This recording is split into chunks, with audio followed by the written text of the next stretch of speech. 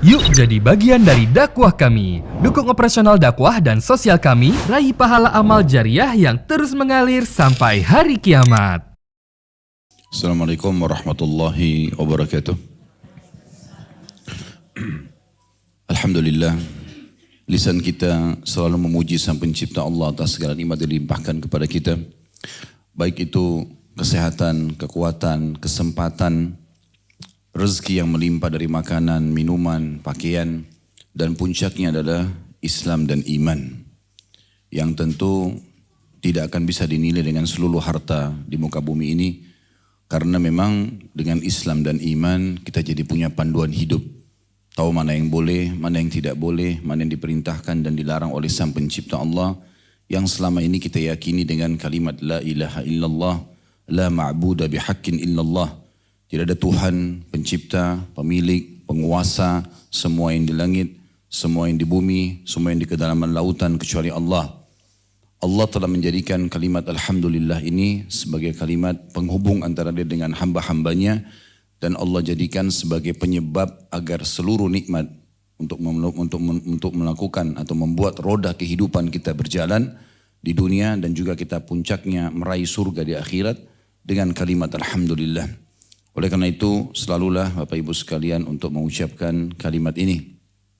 Selanjutnya, kita panjatkan salam hormat kita kepada manusia terbaik, manusia yang telah Allah sempurnakan jalur nasabnya, fisiknya, ilmunya, orang yang paling pantas untuk dijadikan sebagai suri tauladan. Sudah sukses menjadi seorang suami, menjadi ayah, menjadi pemimpin, menjadi utusan Allah Subhanahu wa taala, dan Allah memuliakan manusia terbaik ini dengan mengutusnya, satu-satunya utusan Allah kepada seluruh alam semesta. Sementara nabi-nabi dan rasul sebelum beliau diutus khusus untuk kaumnya saja. Dan juga Allah memerintahkan agar kita menjadikannya sebagai suri tauladan dan selalu mengucapkan salam hormat kepadanya. Dan salam hormat ini akan dibalas dengan satu kali ucapan salam hormat dengan 10 rahmat. Andai saja Bapak Ibu sekalian dibalik dengan mengucapkan 10 kali salam hormat kepada beliau, diberikan satu saja rahmat Allah. Rahmat Allah itu meliputi pemenuhan semua kebutuhan, pengampunan semua dosa, dan juga peninggian derajat di dunia dan di akhirat. Itu rahmat. Maka sudah cukup. Tapi di sini, kalau kita ucapkan kepada beliau satu kali salam hormat, dibalas 10 rahmat. Maka sangat wajar setelah memuji Allah, Alhamdulillah, kalau kita selalu mengucapkan salawat dan taslim kepada Nabi besar Muhammad sallallahu alaihi wa ala alihi wa sahbihi wasallam. Tentu saja Bapak Ibu sekalian, di awal pembukaan saya akan menyampaikan hadis Nabi sallallahu alaihi wasallam, man lam yashkurun nas la yashkurullah. Siapa yang tidak berterima kasih pada manusia berarti belum berterima kasih kepada Allah. Saya akan mengucapkan dulu terima kasih kepada Bapak Dubes, Pak Husain Bagis dan Ibu Farida Abdullah Al-Haddad. Kemudian seluruh jajaran pengurus majelis taklim dan siapapun yang sudah hadir di sini, mungkin tidak bisa disebutkan satu persatu namanya. Semoga Allah Subhanahu wa taala menjadikan ini sebagai tambahan amal untuk Bapak Ibu insyaallah di akhirat, karena memang menjadi penyebab adanya majelis ilmu ini. Kemudian yang kedua, saya duduk di sini, Bapak Ibu sekalian, walaupun mayoritas yang hadir ibu-ibu, tapi juga saya lihat ada bapak-bapak sebagiannya, maka saya katakan Bapak Ibu sekalian, bukan karena saya lebih tahu dan lebih pintar, tapi kita ingin menjalankan perintah Allah Subhanahu wa taala, fadzakir fa inna dzikra tanfa'ul mu'minin. Saling memberikan peringatanlah, karena peringatan sangat bermanfaat bagi orang-orang beriman. Dan juga Nabi Muhammad sallallahu alaihi wasallam bersabda, ad-dinun nasiha. Agama ini isinya semuanya nasihat. Para sahabat Nabi ridwanullahi alaihim, Bapak Ibu sekalian, kalau bertemu mereka tidak pernah berpisah kecuali mereka saling mengingatkan. Mereka mengatakan ta'al nu'minu sa'ah. Ayo kita menambah iman kita sesaat. Walaupun mereka itu hanya mengingatkan surah Al-Asr saja. Bismillahirrahmanirrahim, wal asr, demi waktu kalian di dunia. Innal insana lafi khusr, semua manusia dalam keadaan rugi, illa alladziina aamanu wa 'amilus shalihat, kecuali orang yang beriman dan beramal saleh, wa tawashaw bil haqqi wa tawashaw bis sabr. Saling mewasiatkanlah kebenaran ini dan saling mewasiatkanlah juga agar bersabar dalam menjalankannya. Kemudian selanjutnya, Sebelum kita masuk ke tema, saya juga memberikan dukungan pribadi tentang masalah seringnya diadakan pengajian. Pandemi kemarin mengajarkan kita, Bapak Ibu sekalian, untuk bisa memudahkan urusan ini. Karena sudah bisa online. Mungkin dulu masih asing online itu. Rasanya malas kalau kita ikutin ya. Apalagi jaraknya jauh. Tapi pandemi kemarin subhanallah 2 tahun sekian Allah SWT uji kita. Kayak sepertinya sudah terbiasa ya. Dan majelis ilmu ini harusnya memang menjadi prinsip setiap muslim dan muslimah. Nabi SAW mewajibkan. Beliau mengatakan dalam sabdanya, talabul ilmi faridatun ala kulli muslim. Menuntut ilmu itu faridah, kewajiban bagi setiap muslim. Laki-laki dan perempuan. Kalau urusan ilmu dunia, itu hukumnya sunnah. Bapak ibu boleh tekuni, boleh enggak. Tapi urusan agama enggak bisa. Bukan pilihan. Allah akan tanya nanti kenapa tidak sholat, kenapa tidak puasa, kenapa tidak haji, kenapa tidak bakti sama orang tua, kenapa tidak hindari riba, kenapa tidak hindari zina, kenapa tidak hindari ini dan itu. Karena memang itu yang Allah inginkan. Dan kita diciptakan memang untuk mengabdi seperti itu. Mengerjakan yang diperintahkan, meninggalkan yang dilarang. Oleh karena itu, majelis ilmu diantaranya insya Allah seperti ini, duduk sejenak beberapa saat mendengarkan firman Allah Subhanahu wa taala, mendengarkan sabda Nabi sallallahu alaihi wasallam akan menambah untuk kita informasi apa yang Allah inginkan, apa yang Allah larang, atau paling tidak kalaupun ada materi atau penyampaian dalil atau wahyu yang terulang, maka berarti kita mengecas kembali diri kita. Majelis ilmu Bapak Ibu sekalian jangan heran setelah bubar merasa, oh kok saya salah ya, maka saya harus perbaikin. Oh saya belum melakukan ya, berarti saya harus lakukan. Itu memang efek daripada ilmu. Dan majelis ilmu seperti ini, mau di rumah, mau di masjid, di mana saja, itu akan mendatangkan rahmat Allah Subhanahu wa taala. Saya mengajak diri saya dan Bapak Ibu sekalian untuk mengikhlaskan niat, karena ikhlas adalah satu-satunya sebab diterimanya setiap amal yang kita lakukan. Ingat sabda Nabi SAW dalam hadis sahih, Inna Allah la yakbalu amalan illa ma kana khalisan liwajhi. Allah tidak akan menerima sebuah amalan kecuali yang ikhlas karenanya. Ikhlaskan niat. Kalau yang ada di sini datang hanya karena ajakan teman, ajakan keluarga, ajakan atasan, ingin testimoni, coba mau dengar dulu, enak gak sih pengajiannya? Seremoni hanya untuk meramaikan saja, buang jauh-jauh, karena rugi. Bapak ibu duduk sini sejam, 2 jam dengarin ceramah, gak ada pahalanya. Ikhlas karena Allah. Saya mau tahu apa ini yang Allah sedang pesankan disampaikan oleh ustadz ini, oleh ustazah ini, oleh kiai ini. Siapa saja yang menyampaikan, yang penting yang disampaikan benar. Qala Allah, Allah berfirman. Qala Rasulullah sallallahu alaihi wasallam, Rasulullah SAW bersabda, diberikan pemahaman yang benar maka kita menerimanya tentunya. Juga ada sabda Nabi sallallahu alaihi wasallam yang mulia, ya.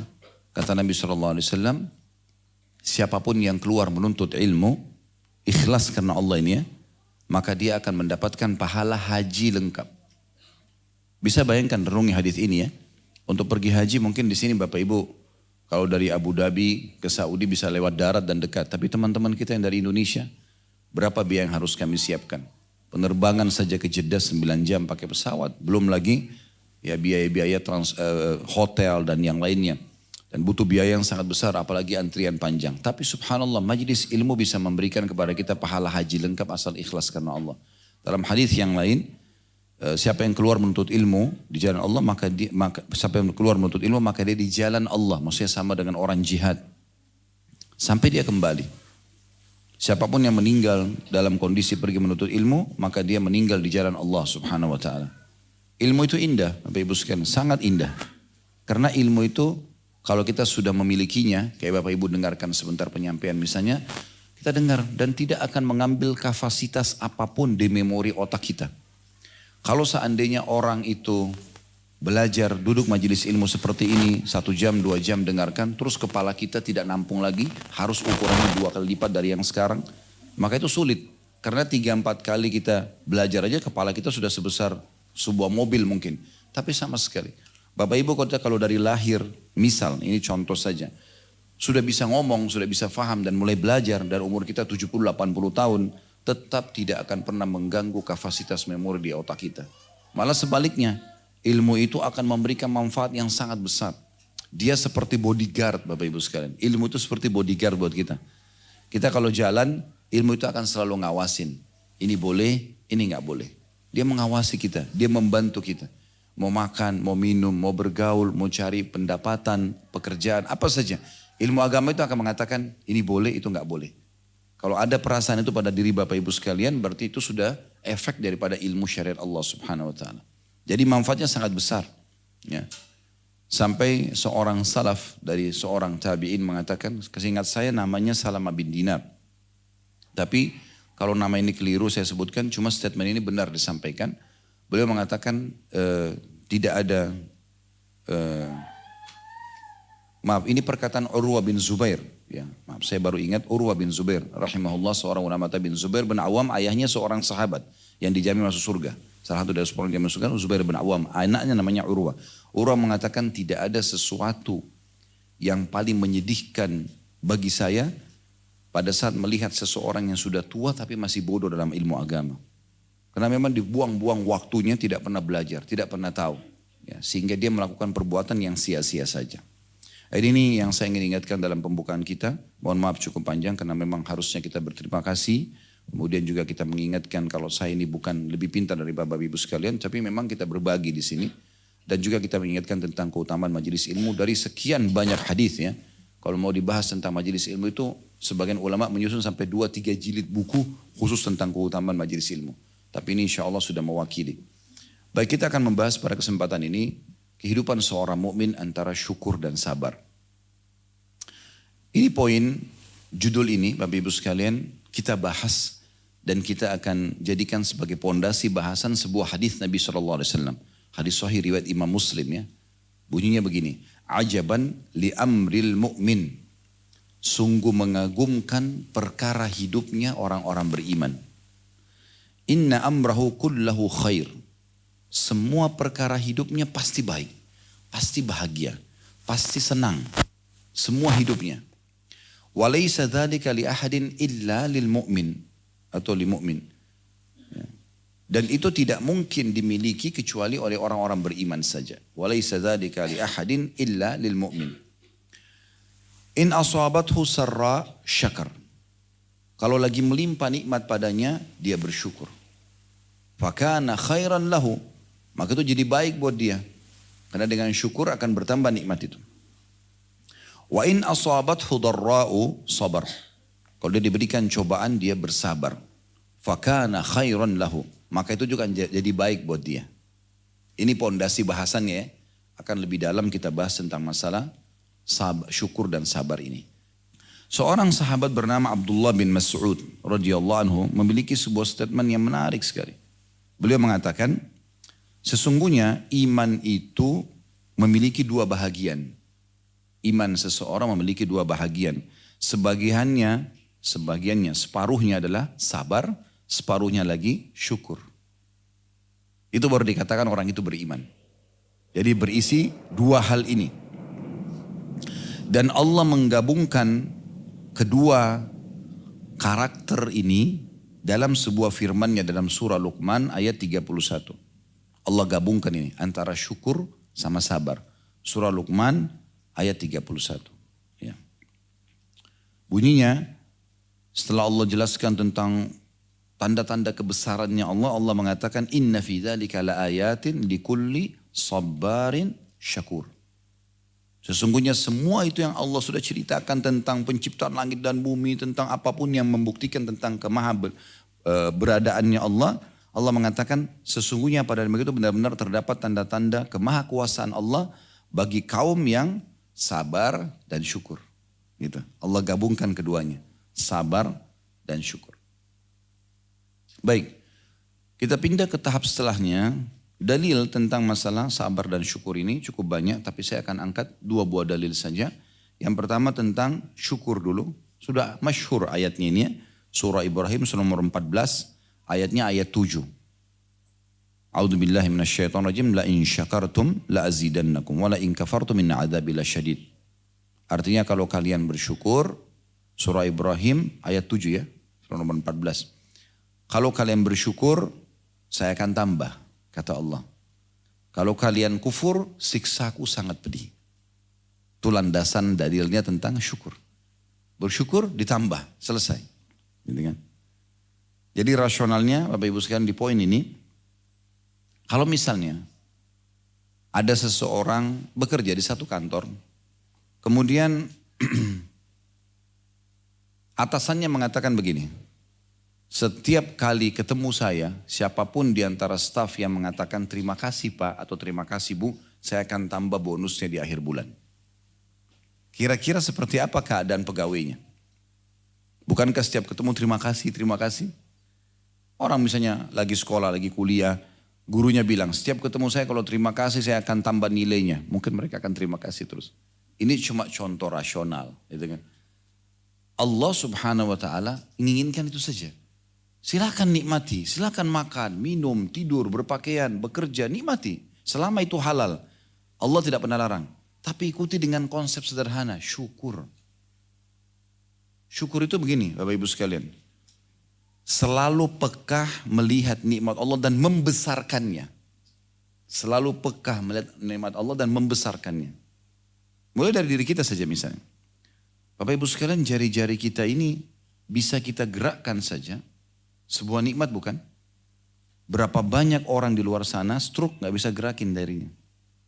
Sudah berapa tahun Allah mudahkan jari-jari dan telapak tangan kita untuk menyelesaikan banyak urusan kita. Mata kita bisa melihat. Coba bayangkan Bapak Ibu, pejamkan mata sesaat, beberapa detik. Bayangkan kalau mata kita ini seperti itu, gak bisa lihat apa-apa. Cuma bisa dengar suara orang. Kita tidak pernah tahu di depan kita ini ada bahaya atau enggak. Mata kita masih bisa melihat, alhamdulillah. Ini sebuah nikmat yang luar biasa. Yang tidak bisa terjangkau dengan nilai apapun. Kalau ada orang yang matanya rabun atau buta, lalu ditawarkan oleh dokter, dia bisa sembuh tapi dia harus bayar sekian ratus juta rupiah misalnya. Atau mungkin di sini sekian ribu atau ratusan ribu dirham, dia akan bayar. Hanya untuk mengembalikan matanya. Di Saudi pernah ada satu orang datang ke majelis seorang syekh. Lalu dia bilang begini, Syekh saya ini orang miskin. Susah hidup saya. Lagi pengajian, tiba-tiba dia datang seakan-akan dia ingin minta bantuan gitu. Syekhnya berhentikan pengajian lalu mengatakan begini, kamu orang kaya. Kata orang ini, saya orang miskin. Karena dia tahu keadaannya. Dia memang dia tidak punya kemampuan dari sisi finansial ya. Tak punya pekerjaan segala macam gitu. Terus kata syekhnya, kau orang kaya. Orang ini kena penasaran, dia bilang, demi Allah saya orang miskin Syekh. Karena dia takut nanti tidak dibantu gitu kan. Lalu kata syekhnya, demi Allah kau orang kaya. Kaget dia. Kok bisa anda lebih tahu keadaan saya? Saya memang orang miskin. Kata syekhnya, kau mau saya hitung kekayaanmu? Dia bilang, iya saya mau. Kata syekhnya, baik. Ada berapa jari-jari kamu? Dia bilang 10. Gitu kan. Kata syekhnya, mau gak? Jari kamu satu saya potong, saya tukar dengan 10 juta real.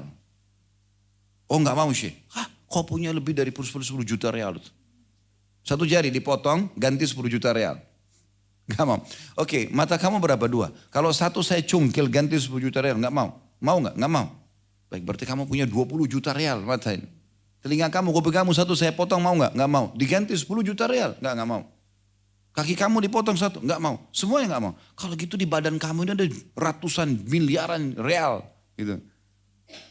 Kamu tinggal keluar, bekerja, mencari sesuap makanan, selesai. Perangkat di badanmu ini kaya benar. Gitu. Kenapa gak disyukuri? Bapak Ibu pernah gak kita peka? Makanya tadi saya bilang kita peka dan besarkan nikmat itu. Setiap bangun, lihat mata kita masih bisa melihat. Telinga kita masih bisa mendengar. Lisan, mulut, bibir kita dan lidah kita masih bisa mengucap dan mengecap. Tangan kita masih bisa menjamah, kaki kita bisa melangkah, kemaluan kita masih bisa berfungsi. Ini sebuah nikmat yang tidak terhingga. Tidak terhingga. Berapa banyak orang yang tertidur di rumah sakit sana berharap bisa sehat. Padahal kita sudah diberikan oleh Allah SWT. Itu baru sebagian kecil. Ya. Allah Subhanahu Wa Taala memberikan di tubuh kita ini perasa. Kita bisa rasa, oh ini pedas, oh ini asin, oh ini gurih, oh ini dingin, oh ini hangat. Itu nikmat yang tidak terhingga. Coba bayangkan kalau kita lagi sakit, lidah kita pahit, nggak bisa bedain. Atau orang kemarin kayak kena corona, dia nggak bisa bedain bau, hilang. Apakah ini bau busuk, bau wangi, maaf, tidak bisa bedain. Kita alhamdulillah saat ini, di ruangan ini, kalau misalnya ada kecium bau wangi, oh wangi ya. Ada kecium bau enak, oh enggak enak baunya. Kita bisa bedain. Sehingga kita merasa selalu menjaga yang bau wangi dan kita menghindari bau yang busuk, contoh. Itu juga dengan telinga kita bisa menangkap suara. Kita masih bisa bedain, oh ini bising, oh ini suaranya lembut, intonasinya tinggi atau rendah. Sebuah nikmat yang besar. Berapa banyak orang tuli nggak bisa dengar. Dipukul gendang pun di sebelah kupingnya dia nggak bisa dengar. Telinga ini, mata ini, semuanya ini, lidah kita, bibir kita, semua ketutup ini sudah sekian tahun kita gunakan, maka perlu disyukuri. Nah, tentu syukur ini dengan mengucapkan alhamdulillah dan jangan lupa ditambah dengan poin lainnya, digunakan di atas ketaatan Allah. Itu poin penting. Karena banyak orang memahami syukur alhamdulillah saja. Enggak. Sebagai bentuk terima kasih kepada Allah SWT selain berterima kasih, kita juga gunakan fasilitas yang ada dan menjaganya ya gitu. Misalnya Bapak Ibu kerja di satu perusahaan, selain kita bilang terima kasih pada atasan kita gunakan dong fasilitasnya dengan benar kan gitu. Menjaga nama baik perusahaan, menjaga kendaraan yang dipinjamkan, menjaga peralatan-peralatan di kantor. Nah itu menggunakannya pada tempat yang benar gitu. Bahkan Bapak Ibu sekalian, ada sebagian dalam kehidupan kita, saya tidak katakan semuanya ya, yang mungkin sebagian orang di antara kita menganggap itu adalah sebuah cobaan, padahal nikmat. Contoh misalnya, lapar ya. Setiap orang lapar berkeluh kesah nggak? Hah? Mana suaranya nih, nggak ada suaranya. Hah?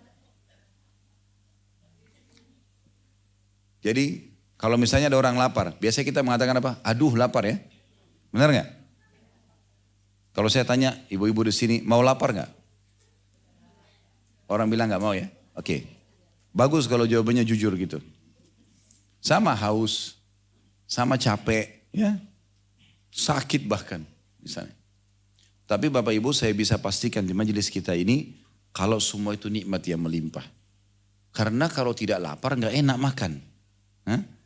Coba bayangkan kalau kita sudah kenyang, ibu dan bapak sudah makan 2 piring makanan, udah kenyang, terus ditawarin lagi, kambing bakar, ayam bakar, apalah, tempe, masih mau makan? Berarti lapar tadi bukan cobaan. Lapar itu sebuah nikmat yang harusnya kita mengatakan, mulai sekarang ubah ya, alhamdulillah lapar. Jangan aduh lapar, karena dengan lapar enak makannya. Orang subhanallah kalau lapar Bapak Ibu sekalian, biar cuma nasi sambal sama tempe lahap sekali kan. Ya enggak? Kalau kenyang dikasih makanan yang paling mahal di dunia pun tidak mau makan dia. Jadi mulai sekarang janji ya. Bubar dari sini bilang apa? Alhamdulillah. Sama dengan haus, sama dengan capek. Coba bayangin Bapak Ibu sekalian, kalau kita dari pagi disuruh tidur. Pagi begini tidur nih. Tidur sampai malam. Ini contoh saja ya. Terus malam disuruh tidur lagi. Masih bisa tidur gak? Oke, kita balik sekarang. Kalau seandainya dari pagi-pagi Bapak Ibu bangun mulai aktivitas bekerja. Ya, sampai malam. Malam letih capek. Terus tidur. Enak gak tidurnya? Berarti capek itu apa? Hah? Nikmat. Jadi kalau capek, alhamdulillah. Karena tinggal geletakin badan di ranjang, tidur. Capek itu yang membuat bisa itu. Coba kalau nggak capek, susah tidur kan? Coba, berapa banyak orang begitu? Aduh, semuanya aduh. Ya? Padahal nikmat Allah melimpah. Ini contoh memahaminya. Sakit aja sebuah nikmat yang besar. Karena dengan sakit kita bisa tahu nilainya nikmatnya, sebuah nikmat itu. Kalau misalnya kita lagi flu, lagi meriang, terus di depan kita ada orang lagi minum air es. Enak benar orang ini. Kan gitu. Padahal kita dulu bisa begitu sebenarnya. Kan gitu. Allah datangkan hujannya supaya kita tahu nanti nilainya itu. Oh iya ternyata nikmat sekali ya minum air dingin itu. Nah, seperti itulah memahaminya. Nah itu sebagian contoh dalam masalah syukur itu. Ini kalau kita tadi dalam kehidupan banyak sekali Bapak Ibu sekalian. Tubuh kita sehat tadi, harusnya semua. Kemudian kalau Allah mudahkan ada pasangan hidup, itu Masya Allah nikmat yang luar biasa. Ada suami yang bisa ibu bicara sama dengan dia, bisa melindungi, bisa memenuhi kebutuhan. Mungkin bapak juga begitu, ada istrinya bisa melayani, memenuhi kebutuhannya. Statusnya jelas sebagai seorang istri, sebagai seorang suami. Ini nikmat yang tidak terhingga. Berapa banyak orang yang tidak mendapatkan ini. Banyak sekali orang yang tidak punya ini. Allah berikan anak, berapa banyak orang yang tidak punya anak. Kadang-kadang ada anak, ibu-ibu banyak suka emosional, marah-marah sama anaknya. Apa manfaatnya? Tapi kan dia nakal Ustaz, bukan nakal, belum faham. Jangan selalu pakai bahasa negatif. Anak kita aktif, memang umur kecil itu aktif. Naik sana, naik sini, semua anak-anak begitu. Bahkan ibu-ibu mungkin dulu waktu kecil lebih hebat dari anaknya. Hah? Tapi ini perhiasan meja saya baru beli Ustaz dipecahin. Ya sudah, ibu lebih sayang perhiasan atau anak? Perhiasan bisa dibeli, anak gak bisa dibeli. Kan itu. Ajarin dia, sampaikan caranya. Supaya dia paham, kan gitu. Bukan dimarahin, gak ada gunanya marahin itu. Makanya Nabi SAW itu sangat menekankan untuk tidak mendahulukan. Tidak ada marah-marah. Ya. Beliau suruh perintahkan dengan baik, perintahkan dengan hikmah. Dan hati-hati dengan lisan yang buruk. Kata Nabi SAW, hati-hati dengan ucapan lisan yang buruk untuk diri kalian, keluarga kalian, dan harta kalian. Bisa saja malaikat lewat mengaminkannya, maka terjadi. Misal, suami istri ngambek dikit aja. Lalu bilang, saya nyesal nikah sama kamu. Hati-hati jadi doa. Nyesal benar nanti, gitu kan? Semoga Allah berikan kamu hidayah ya. Ini insya Allah bisa berubah. Kan jadi doa. Anak-anak aktif, kamu nakal banget. Ibu nyesal melahirkan kamu, misal. Atau apalah bahasa-bahasa itu. Nggak boleh. Bahasa yang baik. Kendaraannya misalnya, dia mau bandingkan sama tetangga atau temannya yang punya mobil baru. Dia mungkin mobilnya lama. Ini mobil sudah tua. Subhanallah. Alhamdulillah, semoga Allah berikan saya yang lebih baik misalnya. Jadi doa. Oleh karena itu saya sering sarankan, dan saya juga praktek ini Bapak Ibu sekalian ya. Jadikan dalam rangkaian doa kita, ya Allah, aku memohon ampun kepadamu atas semua ucapan keliru yang pernah aku ucapkan untuk diriku, keluargaku, dan hartaku. Karena jangan sampai itu jadi penghalangnya selama ini ribut rumah tangga, karena memang dia yang selalu bilang begitu. Anaknya nakal karena lisannya, gitu kan. Hartanya tidak bertambah, maka karena lisannya selalu berkeluh kesah. Ini bagian dari hal yang perlu diperhatikan baik-baik. Ini bagian dari rangkaian syukur itu sendiri. Pekah melihat dan besarkan itu. Dan Nabi SAW sudah mengajarkan juga sebuah poin. Kalau Allah sedang memberikan nikmat pada kalian, lihatlah orang yang di bawah kalian. Karena akan lebih memudahkan kalian bersyukur. Misal, kita punya mobil tahun 2020 misalnya. Sekarang sudah 2023 misalnya. Jangan lihat orang yang punya mobil 2023, kita gak akan terima, tidak akan pernah bersyukur karena selalu merasa itu kecil. Tapi lihat orang yang punya mobil mungkin tahun 2019, mungkin punya tahun 2000. Atau bahkan orang punya motor. Mungkin Allah kasih kita motor. Ada orang yang punya sepeda saja. Kita punya sepeda, ada orang yang jalan kaki. Kita jalan kaki, ada orang yang puntung kakinya. Banyak sekali. Lihat orang yang di bawah. Kita punya rumah kecil, tipe 36. Ada orang yang gak punya rumah. Masih ngontrak, masih kos-kosan, tinggal di kolong jembatan. Kalau kita selalu perbandingannya adalah orang yang lebih kaya, lebih dari kita, tidak akan pernah bersyukur. Mustahil kita bersyukur, karena kita selalu ya ingin seperti dia. Jadi kita melupakan nikmat Allah yang besar ini hanya karena melihat nikmat yang ada pada orang lain. Ini jangan. Lihat saja yang pada diri kita, alhamdulillah. Gitu kan? Ada yang datang pada Bapak Ibu, oh ini kendaraannya Bu, ya alhamdulillah ini yang Allah amanahkan. Alhamdulillah telah banyak memenuhi kebutuhan kami. Nah gitu. Iya nih sudah 5 tahun tidak ganti-ganti. Ya, suami saya sudah saya bilangin gak mau ganti. Yang ketawa-ketawa tahu diri ya. Jadi jangan ke situ arahnya. Selalu syukuri. Alhamdulillah, alhamdulillah. Nikmat Allah terlalu banyak. Gitu kan? Itu di sekitar kita. Ya, belum lagi masih ada macam-macam ya. Di rumah perabot-perabot, ya, apalah semua fasilitas itu semuanya nikmat yang Allah berikan. Ya. Dan ingat, bagi yang terlalu berlebihan dalam mencintai masalah dunia ini, Bapak Ibu sekalian, semua ini akan Bapak Ibu tinggalkan. Ini fasilitas. Jangan itu membuat kita sombong. Apa yang Bapak Ibu bawa pada saat meninggal? Nah, perhiasannya satu ruangan ini penuh dengan cincin dan emas semuanya. misal. Bajunya sampai raknya sudah mau jatuh karena terlalu banyak. Ya. Sepatu dibuatin lemari khusus koleksi, tas dan segala macam. Pada saat kita meninggal, nggak ada yang dibawa ke kuburan. 2 lembar kain kafan masuk. Orang cuma ngenang gini, oh itu tasnya ibu itu dulu. Oh itu sepatunya, oh itu mobilnya, oh itu rumahnya, oh itu suaminya. Kalau laki-laki, oh itu istrinya, oh itu mobilnya. Oh dulu pernah menjabat ini, habis itu selesai. Makanya kata Nabi SAW, kalau anak Adam meninggal dunia, ikut ke kuburan 3. Ikut keluarganya, ikut hartanya, ikut amalnya. Dan akan pulang 2. Hartanya dan keluarganya akan pulang. Misalnya seorang suami sangat cinta dengan istrinya. Atau seorang istri sangat cinta sama suaminya. Saya mau tanya jujur Bapak Ibu sekalian. Kalau seandainya pasangan Anda meninggal, mau gak nginap bersama-sama di liang lahat? Katanya cinta. Hah? Berarti palsu. Hah? Oke, sekarang suami istri bisa saja jadi mantan suami istri kalau cerai. Sekarang kalau anak, bagian daripada diri kita. Apalagi ibu paham masalah itu. Mencintai anak itu luar biasa karena Allah munculkan rasa itu. Baik pada saat anak kita meninggal, mau nginap di kuburan sama dia? Nabi SAW bilang akan pulang. Di hari itu akan pulang. Paling lama setengah jam kita tunggu di situ. 1 jam, habis itu pulang. Nangis ya sedih, tapi gak mungkin tinggal di kuburan sama dia. Akan pulang. Akan jadi kenangan, oh itu istrinya si fulan. Oh itu suaminya si fulan.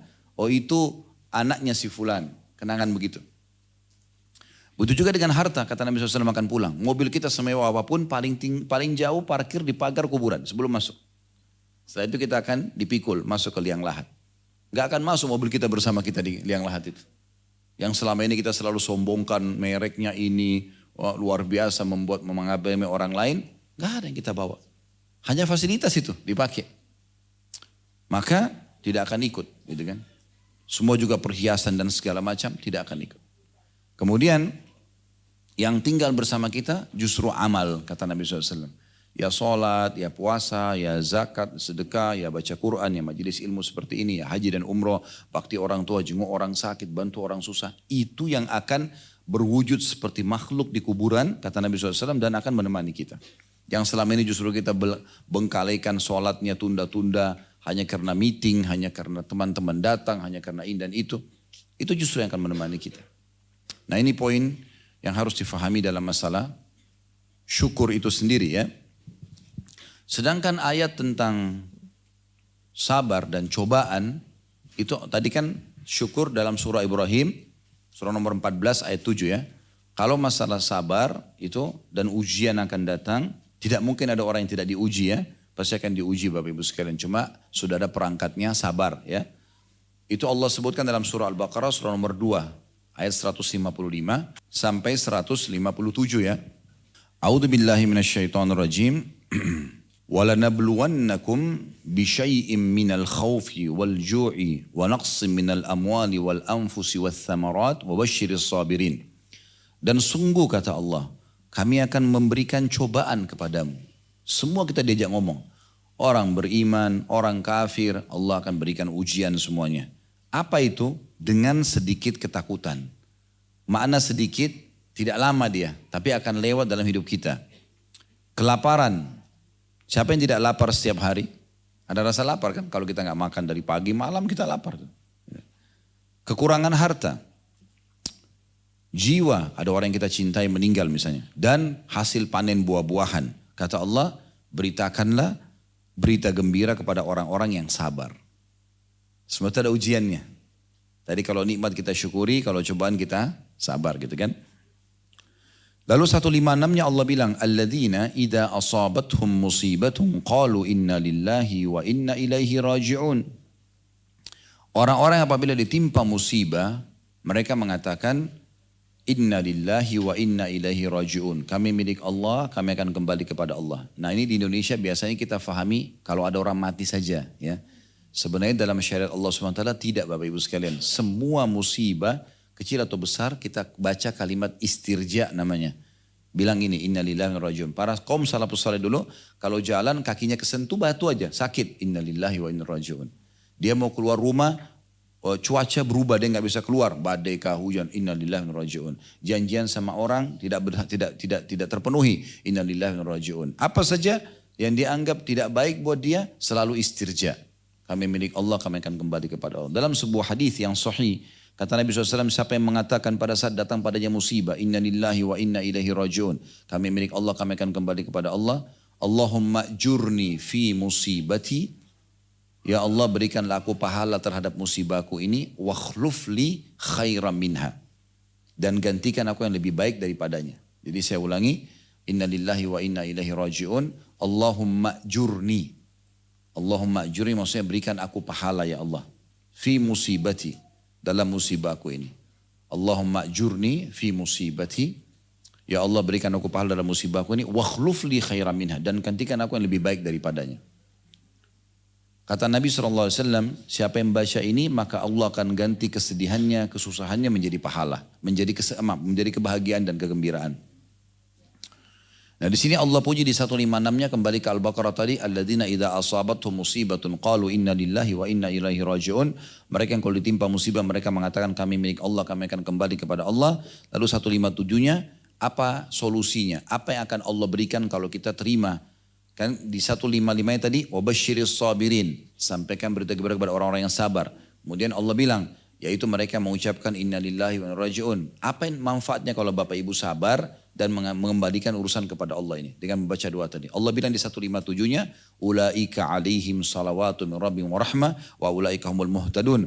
Mereka itulah orang-orang yang mendapatkan keberkatan yang sempurna. Maksudnya pemenuhan kebutuhan. Kalau ada masalah kan ada solusinya. Butuh tambah nikmat Allah akan kasih, ya. Dan rahmat, kasih sayang dari Tuhan mereka, dan mereka lah orang-orang yang mendapatkan petunjuk. Nah ini landasannya tentang masalah sabar itu sendiri. Artinya Allah Subhanahu wa taala akan berikan ujian kepada kita. Tinggal bagaimana kita menjadikannya sebagai perangkat hidup kita. Baik, saya ingin jelaskan. Tadi kan syukur sudah kita jelaskan ya. Sekarang sabar. Seperti apa sih sabar itu? Kalau syukur kan saya bilang tadi dengan dua ya. Kita mengucapkan alhamdulillah dan menggunakan perangkat yang ada, tubuh kita dan fase yang ada di atas ketaatan Allah. Gitu kan? Nah kalau sabar itu adalah menerima keputusan Allah, ya, dengan lapang dada gitu, dan ikhtiar. Ini gambaran definisinya sabar itu ya. Menerima keputusan Allah dengan ikhlas dan ikhtiar mencari jalan keluar. Jadi bukan sabar seperti difahami oleh sebagian orang. Sabar terus dia duduk manis, tidak ikhtiar. Itu bukan sabar namanya. Saya kasih contoh. Kalau ada orang sakit lalu dia mengatakan, udahlah saya sakit, sabar aja, duduk, nanti sembuh sendiri. Itu bukan sabar namanya. Karena sabar itu harus terima dulu keputusan Allah dengan ikhlas, lalu ikhtiar. Bapak Ibu bangun tidur nih, tiba-tiba flu. Semalam sebelum tidur nggak flu, tapi mungkin kena AC-nya dingin, cuacanya dingin, tiba-tiba kita bangun flu. Mungkin kita pernah rasain gitu kan, hidungnya buntu, dia tiba-tiba flu. Maka di saat itu cobaan lagi datang. Apa yang kita harus lakukan? Sabar. Apa sabar? Terima dulu itu sebagai keputusan dari Allah. Sebagaimana dulu kita pernah sehat, ini adalah ujiannya gitu kan. Lalu ikhtiar, minum obat, minum air hangat. Nah itu sabar namanya. Contoh yang lain, ada orang pernah memiliki piutang, utangkan uang kepada orang lain. Jangan dia bilang, ya udah, nah dia bayar nggak usah. Enggak. Kalau dia tidak bayar, ada berarti ujiannya ada ya. Oh ya, ini Allah sedang uji saya. Terima dulu. Lalu ikhtiar, tetap tagih. Ya, nggak masalah. Itu nggak salah. Itu tetap sabar. Karena ikhtiar dalam mencari solusi di permasalahan yang kita hadapi bagian daripada sabar. Bukan lalu saudara duduk manis, enggak. Ya, itu sabarnya. Itu poin yang harus kita garis bawahi ya. Baik, sekarang kita supaya lebih jelas lagi, kita akan coba jelaskan rukun syukur dan rukun sabar. Maksudnya ini yang paling mendasar sekali gitu kan. Kalau syukur, Bapak Ibu sekalian, ada 3 paling tidak rukunnya. Tadi saya sebutkan ada 2, sekarang kita tambahkan ya. Jadi yang pertama itu mengakui dalam hati bahwa semua nikmat dari Allah SWT. Ini rukunnya. Ya. Bagaimana kita mengakui semua nikmat yang ada ini dari Allah. Yang kedua menyebut-nyebut nikmat tersebut secara zahir dengan memuji Allah. Alhamdulillah Ya, Allah kasih saya kesehatan, alhamdulillah, kasih pekerjaan, alhamdulillah, kasih alhamdulillah, selalu alhamdulillah. Dan selalu menyebutkan nikmat itu sebagai sebuah nikmat yang Allah berikan.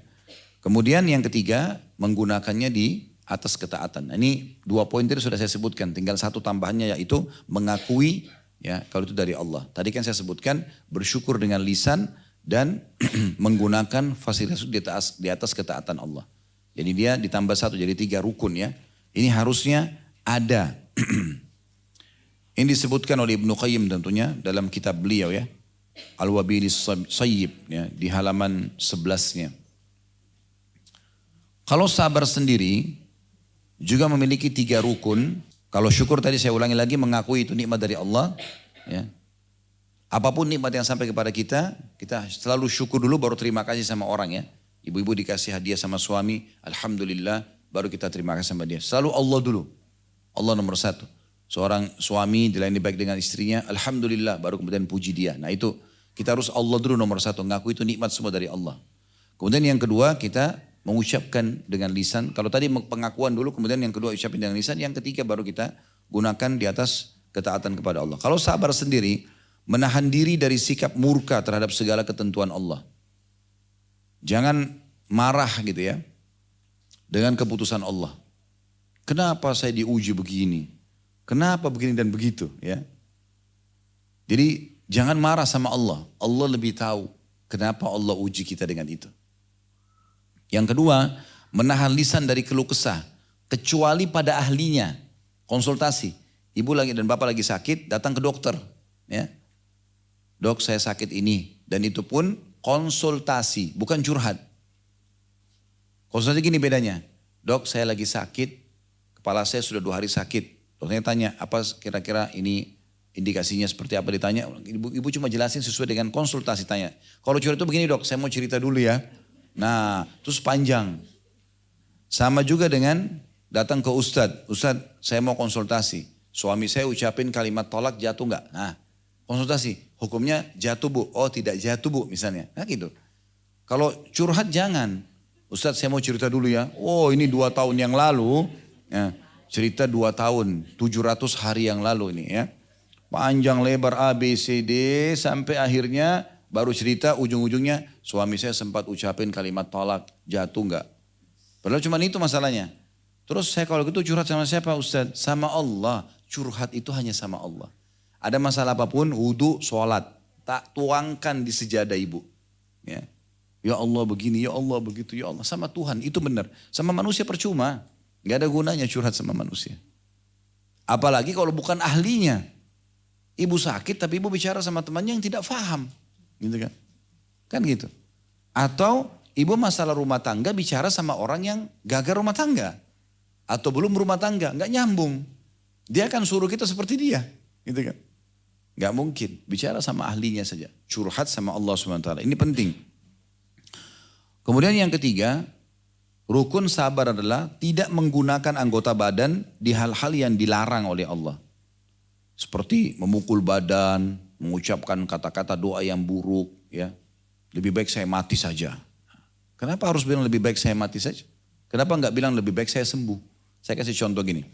Pernah ada satu sahabat Nabi, beliau sakit parah orang ini. Saking sakit parahnya tapi tidak digambarkan seperti apa penyakitnya.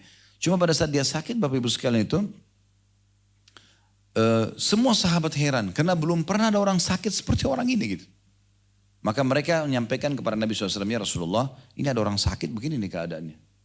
Maka kata Nabi SAW saya akan jenguk. Dijenguklah. Waktu dijenguk di rumahnya. Nabi SAW juga heran lihat dia. Kok sakitnya begini nih? Kata Nabi SAW, apa yang kau ucapkan kepada Allah?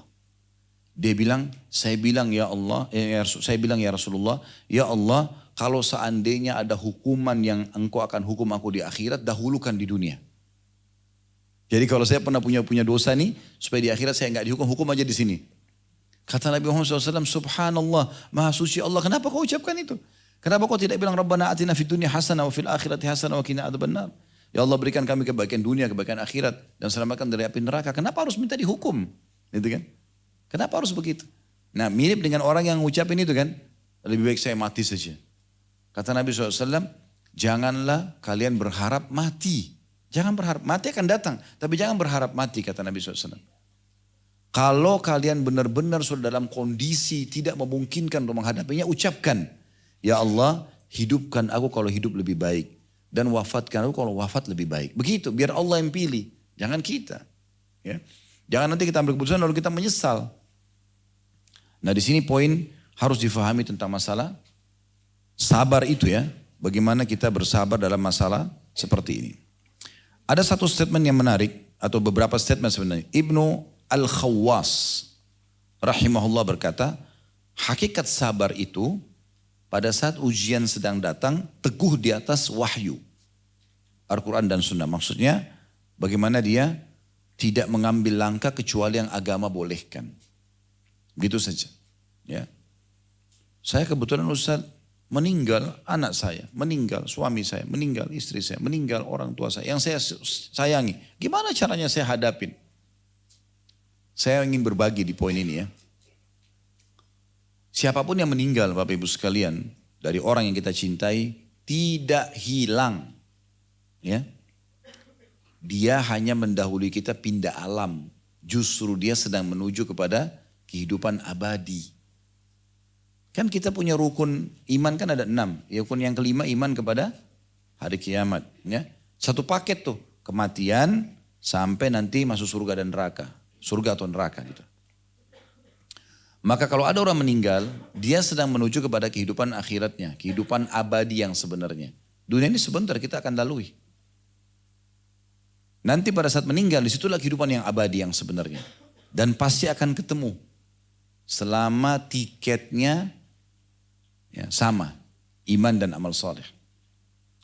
Saya pernah menyampaikan di pengajian di Indonesia dan saya ingatkan juga Bapak Ibu di sini. Ada ponakan saya beberapa tahun yang lalu meninggal. Anak ini masih muda, belum sampai 20 tahun kalau tidak salah umurnya. Anak kakak saya sendiri. Dia rupanya habis sholat asar, Masya Allah anaknya sangat bakti sama orang tuanya. Dia juga menjaga ibadahnya. Satu waktu ibunya, kakak kandung saya lagi diantar habis asar ke tempat kursus adik dia. Kemudian kakak saya ini ibunya dia nunggu di situ, dia pulang ke rumah. Temannya dari Bali telepon, minta tolong dijemput di Bandara Makassar waktu itu. Kemudian dia sholat maghrib dia keluar. Dia pakai mobil kakak dia keluar. Subhanallah, keluar dari tol ditabrak truk, meninggal dunia di tempat. Sehat, tidak sakit gak apa.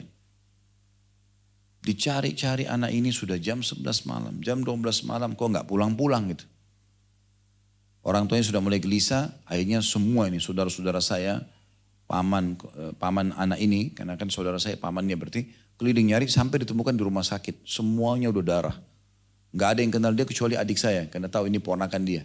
Dilap wajahnya anak ini sudah meninggal. Karena polisi juga gak punya identitasnya gitu. Ketemu, akhirnya pas pulang ke rumah, mulai saat itu kakak saya ini pingsan, gak bisa kaget dengan kejadian tersebut. Karena anak ini tadi sore antar dia gitu. Kalau anaknya masuk ke ICU, sakit keras, mungkin masih orang tahu ini mungkin bisa meninggal, tapi ini enggak. Subhanallah, habis subuh, saya baru diberitakan, sebelum subuh, ditelepon dari Makassar, saya di Jakarta waktu itu. Kakak saya telepon ini Khalid, sambil nangis-nangis, ini ponakan kita sudah meninggal, si fulan gitu. Baik saya berangkat insya Allah. Saya ambil pesawat pertama Garuda, saya berangkat. Begitu tiba di Makassar, tiba di rumah itu, semua keluarga bilang, ini kakak kamu sudah gak ada yang bisa ngomong.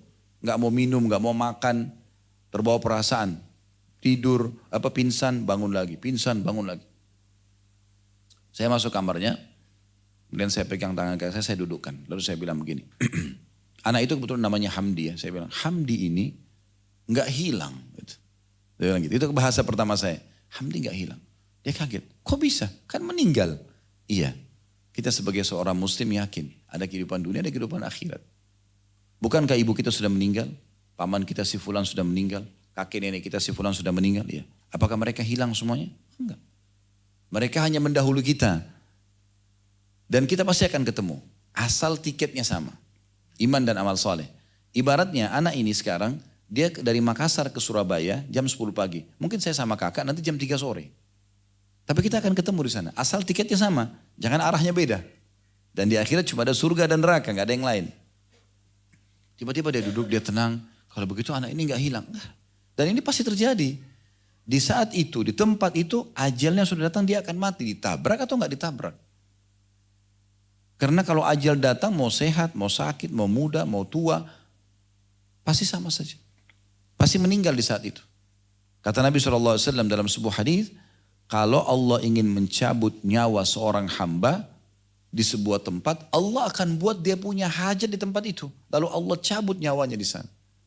Selesai.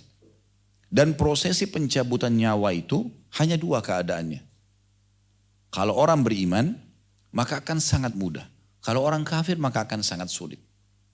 Semua orang mati Bapak Ibu sekalian dalam Islam, yang terjadi pada dia hanya satu. Prosesi sakaratil maut. Pencabutan ruh saja. Jadi kalau ada orang ditabrak kereta api, kepalanya hancur. Ada orang yang naik pesawat meledak, terbakar, nggak ditemukan satupun potongan badannya. Ada orang yang tenggelam di lautan, dicabit-cabit sama ikan, habis badannya. Sama ada orang mati di atas ranjang, dalam Islam sama saja. Orang yang ditabrak kereta api nggak lagi bilang, aduh kepala saya sakit. Dia nggak akan bilang itu lagi. Yang meledak pesawatnya, dia nggak bilang, aduh panas. Nggak ada lagi. Orang yang mati di lautan, dicabit-cabit sama ikan, dia tidak mengatakan, aduh badan saya sakit. Nggak ada lagi. Kan gitu. Lalu apa yang dirasakan Ustaz? Nah, kembali kepada hadis Nabi SAW. Kata beliau, kalau orang mukmin meninggal dunia, maka akan datang kepadanya 3 sosok malaikat. 2 malaikat rahmah, kasih sayang di kiri kanannya, yang membawa kain kafan dari surga. Kemudian 1 malaikat maut di ubun-ubun kepalanya yang akan mengatakan, hai jiwa yang baik, keluarlah kepada rahmat Tuhanmu. Maka ruhnya keluar lebih mudah daripada air yang keluar dari mulut kendi. Bagaimana Bapak Ibu kalau tuangkan dari kendi air, begitu cepat air keluar, nah ruhnya lebih cepat daripada itu. Belum sesaat keluar dibungkus dengan kain kafan dari surga, dibawa ke langit. Gitu kan. Kalau orang kafir, kata Nabi SAW, 3 malaikat datang, 2 malaikat penyiksa bawa kain kafan dari neraka. Kemudian malaikat mau dibunuh kepalanya akan mengatakan, hai jiwa yang busuk, keluarlah pada murka Tuhanmu. Maka dia pun tidak mau keluar pada saat itu. Kata Nabi SAW, dia tidak mau keluar. Dia berserakan ruhnya di tubuhnya. Maka malaikat menariknya dengan sangat kuat. Ibaratnya seperti bulu domba yang dibasahkan, dililitkan di pohon berduri, kemudian ditarik dengan keras sehingga berantakanlah bulu domba itu. Itu kondisinya. Ya. Jadi seperti itu keadaannya. Saya kembali ke kisah tadi. Akhirnya alhamdulillah dia mulai tenang. Gitu kan. Ternyata toh anak ini tidak hilang, tetap akan ketemu. Dan juga perlu Bapak Ibu ketahui ya, ini hadis mulia sekali. Kata Nabi SAW, tidak ada orang yang meninggal bayi ataupun sudah tua sekali. Kecuali akan dibangkitkan pada hari kiamat 33 tahun. Jadi semua, kita punya bayi nih, ibu baru melahirkan 2 hari meninggal bayinya. Nanti kita ketemu di akhirat 33 tahun. Nenek kakek kita umur 100 tahun meninggal, kita ketemu 33 tahun. Begitu di akhirat. Tidak akan tambah sehari, tidak kurang sehari. Kehidupan akhirat beda. Bukan kayak dunia. Dunia kita prosesi lahir, bayi, kemudian anak-anak, kemudian melalui proses yang umum lah. Sampai akhirnya dewasa, menikah, tua, meninggal gitu kan. Di akhirat tidak ada begitu. Selamanya khalidina fiha, kekal dalam kondisi bahagia di surga. Atau khalidina fiha di neraka, kekal dalam siksaan. Wa na'udzubillah gitu. Jadi ini poin penting untuk digaris bawah ya. Cuma memang sayangnya kadang-kadang tamu-tamu yang datang ini yang menambah-nambah masalah. Ya. Setelah saya nasihati kakak saya, ada lagi ibu-ibu datang. Dia mau tunjukkan kepeduliannya. Oh dari pintu sudah nangis-nangis. Oh kesian anak kau. Kenapa bukan anaknya si fulan yang narkotika yang ditabrak. Sedih lagi. La haula wa la quwata illa billah. Karena gak paham gitu. Ya. Kemudian ada penyampaian yang menarik.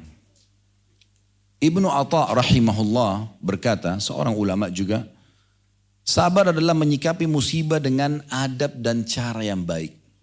Tenangkan diri, duduk, terima dulu sebagai keputusan Allah, kemudian ikhtiar dengan baik.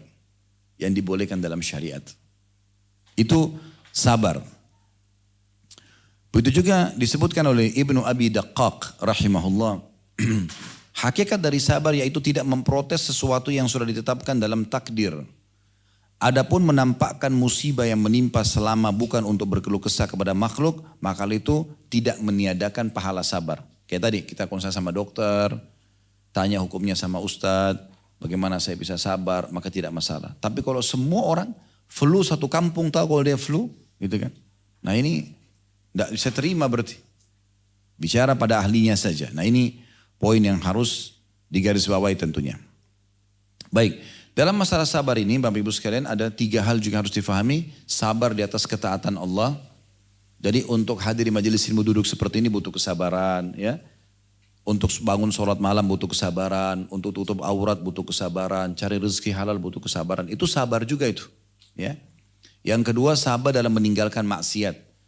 Kita pasti Bapak Ibu sekalian punya kesempatan untuk melakukan dosa, ya. Siapa di antara kita yang tidak punya kesempatan zina, riba, membunuh, mengganggu orang, kan semua bisa. Ghibah, fitnah orang, semua bisa. Tapi di saat cobaan itu lagi datang, sabar, tolak dia. Jangan mau lakukan, itu juga sabar. Sabar dalam meninggalkan kemaksiatan. Yang ketiga, sabar dalam ujian harian. Sakit, lapar, yang tadi kita sebut dalam surah Al-Baqarah itu. Jadi ada 3 jenis sabar, ya. Dan Allah menjelaskan dalam firman-Nya, innama yuwaffas sabirun ajrahum bighairi hisab. Orang-orang yang sabar akan mendapatkan balasannya tanpa ada hitungannya. Nah, jadi kita kembali kepada inti bahasan kita, yaitu Bapak Ibu sekalian, kita harus berada di 2 sayap kehidupan kita. Setiap nikmat, syukur. Alhamdulillah, dan gunakan nikmat itu di atas ketaatan. Ada ujian, sabar. Apa itu sabar? Terima sebagai keputusan Allah, lalu ikhtiar mencari jalan keluar yang dibolehkan dalam syariat. Ingat, jangan selalu berkeluh kesah, terutama bukan pada ahlinya. Konsultasi boleh, bukan curhat. Curhatnya hanya kepada Allah Subhanahu Wa Taala. Ini yang terbaik yang kita bisa lakukan. Dan kembali kepada hadis tadi yang pertama kita jadikan sebagai pondasi bahasan kita, sungguh mengagumkan perkaranya orang mukmin karena semua perkaranya baik. Dan itu tidak dimiliki kecuali oleh orang beriman saja. Kalau diberikan nikmat, dia bersyukur. Diberikan cobaan, dia bersabar. Dan itu semuanya baik buat dia. Ini yang dicontohkan oleh Nabi SAW. Ingat, Nabi SAW juga manusia terbaik tapi diuji oleh Allah SWT. Apa yang belum datang musibah kepada Nabi?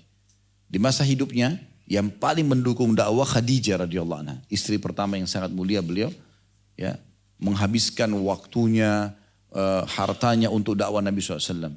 Dan Allah karuniai Nabi SAW anak dari beliau. Gitu kan? 2 laki-laki, Qasim dan Abdullah, dan 4 perempuan, Ruqayyah, Ummu Kalthum, Zainab, dan Fatimah radhiyallahu anhum ajma'in. Dan pada saat meninggal, penopang dakwah hilang.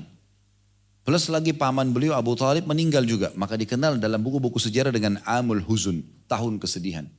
Nabi SAW sedih. Pada saat Abu Talib meninggal, Khadijah meninggal, hampir seluruh tokoh Quraisy di Mekah menghina-hina Nabi. Lebih dari sebelumnya. Nabi lagi sholat, dilemparin kotoran unta, dicaci maki, dikatakan penyihir, sampai Nabi SAW keluar mencari lokasi dakwah baru, pergi ke kota Taif. Di sana pun diikuti oleh pamannya sendiri Abu Lahab untuk menyampaikan kepada tokoh Quraisy atau tokoh pemimpin yang ada di Taif bahwasanya ini akan datang ponakan saya penyihir, jangan dipercaya. Maka Nabi SAW dilempari dengan batu. Coba bayangkan, ujiannya luar biasa gitu. Ya. Kemudian di masa hidup beliau meninggal istrinya Khadijah, meninggal pula semua anaknya kecuali Fatimah saja. Di masa hidup beliau. 2 anak laki-lakinya dari Khadijah, Qasim dan Abdullah meninggal di masa kecil. Lalu beliau juga menikah sama Maria Kiptia, punya anak namanya Ibrahim, meninggal juga. 3 anak laki-laki. Orang kalau anak laki-laki berharap jadi penerus dia. Gitu kan? Meninggal semua 3-3-nya. Di masa hidup beliau. Dari anak perempuannya 4, 3 meninggal di masa hidupnya. Ruqayyah, Ummu Kalthum, dan Zainab. Meninggal semua. Hanya Fatimah saja yang hidup setahun setelah Nabi SAW meninggal, baru beliau meninggal. Meninggal anaknya. Dalam hidup beliau SAW, apakah Bapak Ibu pikir Nabi tidak diganggu orang? Diganggu orang. Digibah, difitnah, diganggu. Padahal beliau Nabi, manusia yang terbaik. Dikatakan penyihir, dikatakan pendusta, segala macam caci maki. Setelah punya pasukan pun di kota Madinah, dia jelas-jelas beliau punya kekuatan, masih ada orang munafik selalu sebarin berita-berita yang tidak benar tentang beliau. Ya. Kalau di perang Khandak, pernah dengar ya perang Khandak ya? Perang Ahzab, dalam surah Al-Ahzab surah nomor 33 dalam Al-Quran. Kelompok-kelompok yang 10.000 pasukan datang ke Madinah, ingin menyerang Madinah, lalu Nabi SAW suruh buat parit. Ya. Di perang itu, Nabi SAW dipanggil oleh seorang sahabat yang mengatakan, ya Rasulullah ada batu, waktu lagi gali parit, kami pukul, gak bisa pecah. Nabi SAW datang, lalu Nabi pukul, begitu pukul keluar cahaya. Lalu takbir Allahu Akbar, dipukul lagi yang kedua, keluar lagi cahaya. Semua sahabat lihat, Allahu Akbar 3 kali. Sampai ke 3 kalinya. Setelah itu sahabat menanyakannya Rasulullah, cahaya apa tadi itu? Kenapa anda bertakbir? Kata Nabi SAW, kalian lihat cahaya itu? Mereka bilang iya. Kata Nabi SAW, yang pertama aku dilibatkan kerajaan Yaman di tangan umatku. Yang kedua, ya negeri Syam. Yang ketiga, kerajaan Persia. Ini semua kerajaan-kerajaan besar dunia saat itu. Waktu itu umat Islam cuma punya pasukan 1.000 orang, itu pun yang ada di parit. Pasukan yang sedang datang ini 10.000, 10 kali lipat. Semua berkuda. Dan waktu itu semua orang ketakutan. Ini kalau 10.000 ini dari kurang lebih 20-30 suku yang berkumpul. Mereka nanti rencananya kalau saat tersebut Madinah, umat Islam akan dibantai sama mereka, hartanya semua akan diambil. Orang semua ketakutan pada saat itu. Tapi keimanan yang membuat mereka bertahan. Pada saat itu Nabi bilang, kita akan kuasai Yaman, kita akan kuasai Romawi, kita akan kuasai ini. Persia? Apa kata orang-orang munafik? Muhammad sudah gila nih. Begitu bahasa mereka. Di saat kita ke kamar mandi, maksudnya kita mau buang hajat aja, itu kita ketakutan, apalagi sekarang dijanjikan kekuasaan dunia. Tapi orang-orang beriman mengatakan itu benar. Dan betul. Bapak Ibu kalau belum tahu, perlu tahu ya. Wilayah Jazirah Arab setelah meninggal Nabi SAW, semua tunduk masuk Islam. Itu tahun 11 Hijriah. Di zaman Abu Bakar radhiyallahu anhu 11 sampai 13 Hijriah, itu beliau menyelesaikan fitnah internal. Adanya orang yang mengaku nabi palsu. Pernah dengar Musailimah al-Kadzdzab, Al-Aswadul Unsi, mengaku nabi palsu. Dan ada sebagian suku Arab tidak mau ngeluarin zakat, mau menghapus zakat dari rukun Islam. Diperangi oleh Abu Bakar 2 tahun. Tahun 13 sampai 23 ini masa penaklukan wilayah yang Nabi SAW sudah sebutkan. Tahun 15 Hijriah, Umar bin Khattab mengutus Khalid bin Walid dan Abu Ubaidah bin Jarrah radhiyallahu anhum ajma'in ini ke negeri Syam. Kalau sekarang itu 4 negara ya, Jordania, Lebanon, Syria dan Palestina. Dulu namanya Syam. Ini wilayah Romawi. Diutuslah pasukan ke sana dan takluk di tangan muslimin. Kemudian di tahun 16 Hijriah, Umar bin Khattab mengutus Sa'ad bin Abi Waqqas dengan 30.000 pasukan menuju ke Persia. Irak, Iran, Afghanistan itu semua takluk di tangan muslimin.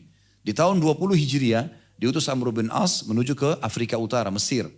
Takluk Afrika Utara, Mesir, Tunisia, Zaire, Maroko itu takluk semua di tangan di Amr bin As dan di masa Umar bin Khattab. Jadi betul-betul yang Nabi sampaikan di masa itu terjadi. Gitu kan? Hanya butuh keyakinan benar dan sabar dalam melaluinya. Pernah dengar sahabat Khabbab bin Arad? Kalau belum pernah dengar sahabat ini Bapak Ibu sekalian, hidup sampai di masa Umar bin Khattab dan pernah waktu di zaman Umar di majelisnya suka dengar kisah-kisah orang gitu. Terutama berhubungan dengan masalah keimanan. Lalu Khabbab ada di situ. Khabbab ini sahabat Nabi yang beriman di masa masih Mekah dan beliau seorang budak waktu itu. Lalu masuk Islam. Kata Umar, "Hai Khabbab, apa siksaan Quraisy yang paling berat menimpamu?" Khabbab buka bajunya, Bapak Ibu sekalian. Ini tulang belakang dia sampai ke tulang ekornya. Di sebelahnya ada lubang berwarna hitam kemerah-merahan dari atas sampai ke bawah.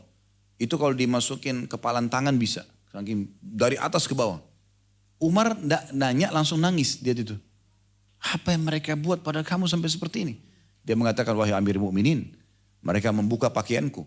Mereka letakkan di padang pasir batu yang sudah dipanasi dengan api. Ditanam di padang pasir berderet.